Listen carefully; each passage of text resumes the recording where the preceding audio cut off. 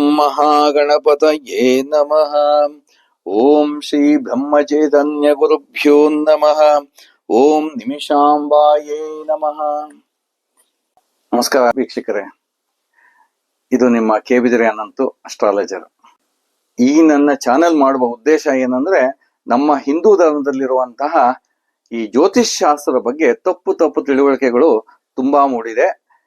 ಈ ಜ್ಯೋತಿಷ್ ಶಾಸ್ತ್ರವನ್ನ ವೈಜ್ಞಾನಿಕವಾಗಿ ಹೇಗೆ ವಿಶ್ಲೇಷಣೆ ಮಾಡಬಹುದು, ವಿಜ್ಞಾನ ಮತ್ತು ಜ್ಯೋತಿಷ್ ಶಾಸ್ತ್ರಕ್ಕೆ ಹೇಗೆ ಸಂಬಂಧ ಇದೆ ಅಂತ ನಿಖರವಾಗಿ ತಿಳಿಸೋದಕ್ಕೋಸ್ಕರ ಮತ್ತು ಆಧ್ಯಾತ್ಮಿಕ ವಿಚಾರಗಳನ್ನ ಜನರ ಮಟ್ಟಿಗೆ ತಲುಪಿಸೋದಕ್ಕೋಸ್ಕರ ಈ ಚಾನೆಲ್ಗಳನ್ನ ಮಾಡಿದ್ದೀನಿ.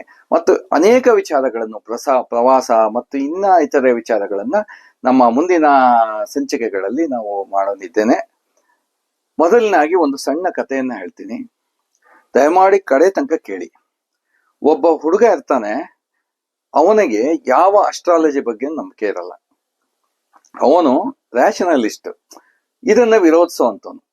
ಯಾವ ಗ್ರಹ ಅದು ಇದು ಅಂತ ಹೇಳಿದ್ರೆ ಅದರ ವಿರೋಧ ಮಾಡುವಂತ ಮನಸ್ಥಿತಿ ಅಂತ ಇರ್ತಾನೆ. ಅವನು ಅಸ್ಟ್ರಾಲಜಿಯನ್ನ ಸುಳ್ಳು ಮಾಡ್ಬೇಕು ಅಂತ ಒಂದ್ ದಿವಸ ನಿರ್ಧಾರ ಮಾಡ್ತಾನೆ. ಒಬ್ಬ ಅಸ್ಟ್ರಾಲಜರ್ ಹತ್ರ ಹೋಗ್ತಾನೆ ಮತ್ತು ಅವತ್ತಿನ ದಿನ ಭವಿಷ್ಯವನ್ನ ಕೇಳ್ತಾನೆ. ಅವ್ರು ಹೇಳ್ತಾರೆ, ಎಲ್ಲ ನೋಡಿ, ನಿನಗೆ ಇವತ್ತು ಸಿಹಿ ತಿನ್ನುವಂತ ಅಥವಾ ಪಾಯಸ ತಿನ್ನುವಂತ ಯೋಗ ಇದೆಯಪ್ಪ ಅಂತ. ಹೌದಾ ಅಂತ ಬರ್ತಾನೆ, ಬಂದು ನಿರ್ಧಾರ ಮಾಡ್ತಾನೆ, ಇವರು ಯೋಗ ಅಂತ ಹೇಳಿದ್ದಾರೆ, ಇದನ್ನ ನಾನು ಸುಳ್ಳು ಮಾಡ್ಬೇಕು. ನಾನು ಯಾವ ಕಾರಣದಲ್ಲೂ ಇವತ್ತು ಪಾಯಸ ತಿನ್ಬಾರ್ದು, ಈ ಯೋಗವನ್ನ ಸುಳ್ಳು ಮಾಡ್ಬೇಕು, ಈ ಭವಿಷ್ಯವನ್ನ ಸುಳ್ಳು ಮಾಡ್ಬೇಕು.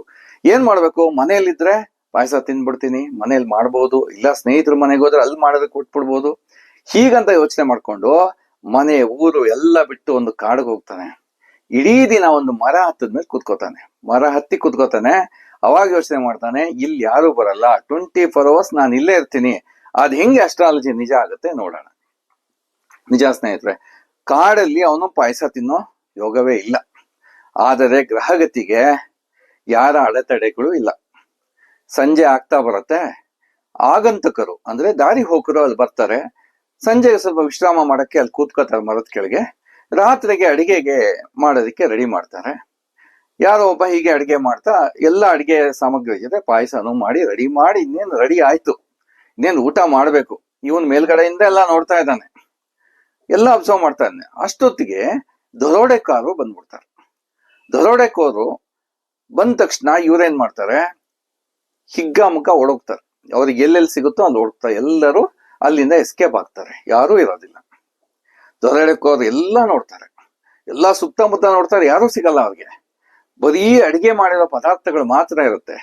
ಅವ್ರಿಗೆ ಯಾರೋ ಒಬ್ಬ ಇಲ್ಲಿ ಇದ್ದೇ ಇರ್ತಾನೆ ಅಂತ ಫುಲ್ ಹುಡುಕ್ತಾರೆ, ಸಿಗಲ್ಲ. ಕತ್ತೆತ್ತಿ ನೋಡ್ತಾರೆ, ಮರದ ಮೇಲೆ ಇವನ್ ಕೂತಿರ್ತಾನೆ. ಇಳಿಸ್ತಾರೆ. ಇಳಿದ್ಬಿಟ್ಟು, ಯಾರು ನೀನು? ಹೀಗೆ, ನಾನು ಇದಕ್ ಬಂದಿದ್ದೀನಿ, ನಾನು ಅಡಿಗೆ ಮಾಡ್ದವನಲ್ಲ ಅಂತ ಇನ್ನಿಲ್ದಂಗೆ ಹೇಳ್ತಾನೆ. ಕೇಳಲ್ಲ. ಅದ್ರಲ್ಲಿ ಒಬ್ಬ ದರೋಡೆಕೋರ ಹೇಳ್ತಾನೆ, ಇವನು ಅವ್ರ ಕಡೆಯವರನೇ, ನಾವು ಬರ್ತೀವಿ ಅಂತ ಇವನಿಗೆ ಇನ್ಫಾರ್ಮೇಶನ್ ಇದೆ, ಇವನು ನಮ್ಮನ್ಗೆ ವಿಷವನ್ನ ಹಾಕಿ ಸಾಯಿಸೋದಕ್ಕೋಸ್ಕರ ಅಡಿಗೆ ಮಾಡಿಟ್ಟಿದ್ದಾರೆ. ಈ ಅಡಿಗೆಯನ್ನ ಮೊದಲು ಅವನಿಗೆ ತಿನ್ಸೋಣ, ಅವನ್ಗೇನು ಆಗ್ಲಿಲ್ಲ ಅಂದ್ರೆ ಆಮೇಲೆ ನೋಡೋಣ ಅಂತ ನಿರ್ಧಾರ ಮಾಡ್ತಾರೆ. ಅವನ್ನ ಎಳಕೊಂಬಂದು ಕೆಳಗಿಳಿಸಿ ಬಲವಂತವಾಗಿ ಅವನಿಗೆ ಪಾಯಸವನ್ನ ತಿನ್ನಿಸ್ತಾರೆ. ಅವನು ಎಷ್ಟೇ ಹೇಳಿದ್ರು ಅವನ ಮಾತನ್ನ ಯಾರು ಕೇಳೋ ಪರಿಸ್ಥಿತಿ ಇಲ್ಲಲ್ಲ, ಅವನ ಪಾಯಸವನ್ನು ತಿನ್ನಿಸ್ತಾರೆ. ಗ್ರಹಗತಿಗಳ ಪರವಾಗಿ ಅವನು ಆ ದಿನ ಸಿಹಿಯನ್ನು ತಿಂತಾನೆ. ನೀವು ನಂಬದೇ ಇರಿ, ಗ್ರಹಗಳು ತಮ್ಮ ಚಲನೆಗಳನ್ನ ಮುಂದುವರಿಸ್ತಾ ಇರುತ್ತೆ ಮತ್ತು ತಮ್ಮ ಪ್ರಭಾವವನ್ನ ವ್ಯಕ್ತಿಗಳ ಮೇಲೆ ಬೀರ್ತಾ ಇರುತ್ತೆ. ನಾವು ಅದನ್ನ ನಂಬಿ ಅದರ ವಿಚಾರಗಳನ್ನ ತಿಳ್ಕೊಂಡು ಅದಕ್ಕೆ ಸಣ್ಣ ಪುಟ್ಟ ಪರಿಹಾರಗಳನ್ನ ಮಾಡ್ಕೊಂಡ್ರೆ ಅದರ ಬಾಧೆಯಿಂದ ನಾವು ನಿವೃತ್ತಿ ಹೊಂದುತ್ತೀವಿ. ಇಲ್ಲ ಅಂದ್ರೆ ಆ ಕಷ್ಟಗಳನ್ನ ಅನುಭವಿಸ್ತಾನೆ ಇರ್ತೀವಿ. ಆದರೆ ಇದು ಹೇಗೆ ವರ್ಕ್ ಆಗುತ್ತೆ ಅಂದ್ರೆ, ಅಸ್ಟ್ರಾಲಜಿ, ನಿಮಗೆ ಅಸ್ಟ್ರಾಲಜಿ ಅಂದ ತಕ್ಷಣ ಎಲ್ಲ ಸಮಸ್ಯೆಗಳ ಬಗೆಹರಿಯುತ್ತಾ? ಖಂಡಿತ ಇಲ್ಲ. ಇದು ನಿಮಗೆ ದಾರಿಯನ್ನ ತೋರಿಸುತ್ತೆ. It is an indicator. ಒಂದು ರಸ್ತೆ ಹೇಗಿದೆ ಅನ್ನೋದು ತೋರಿಸುತ್ತೆ. ನೀವು ಬಿಸ್ನೆಸ್ ಮಾಡ್ತಾ ಇದ್ದೀರಾ, ನಿಮ್ ಬಿಸ್ನೆಸ್ ಸಕ್ಸಸ್ ಆಗತ್ತಾ ಇಲ್ವಾ? ಆ ದಾರಿ ಸರಿ ಇದೆಯಾ ಇಲ್ವಾ? ಅಲ್ಲಿ ಅಡೆತಡೆಗಳು ಏನಿದೆ, ಅಲ್ಲಿ ಏನಾದ್ರು ಕಲ್ಲು ಮುಳ್ಳುಗಳಿದೆಯಾ, ಅದನ್ನ ಹೇಗ್ ತೆಗೆದುಹಾಕ್ಬೇಕು, ಇಷ್ಟನ್ನು ಮಾತ್ರ ಅಸ್ಟ್ರಾಲಜಿ ತೋರಿಸುತ್ತೆ. ನಿಮ್ ಮದುವೆ ಗಡ್ಡ ಆಗಿದೆಯಾ, ಅಲ್ಲಿ ಏನ್ ಸಮಸ್ಯೆ ಆಗ್ತಾ ಇದೆ, ಅದಕ್ಕೆ ಏನ್ ಪರಿಹಾರ ಮಾಡ್ಕೋಬಹುದು, ನಿಮ್ಮ ದಾರಿಯನ್ನ ಸರಿ ಮಾಡೋದು ಹೇಗೆ ಅನ್ನೋದು ಮಾತ್ರ ಅಸ್ಟ್ರಾಲಜಿ ತೋರಿಸುತ್ತೆ. ಆ ಕಾರ್ಯವನ್ನು ಮಾಡಿಸೋದಂತೂ ಸಕಲ ಗ್ರಹ ಬಲ ನೀನೇ ಸರಸಿಜಾಕ್ಷ ಅಂತ ಆ ಭಗವಂತನೇ ಮಾಡಿಸೋದಾಗತ್ತೆ.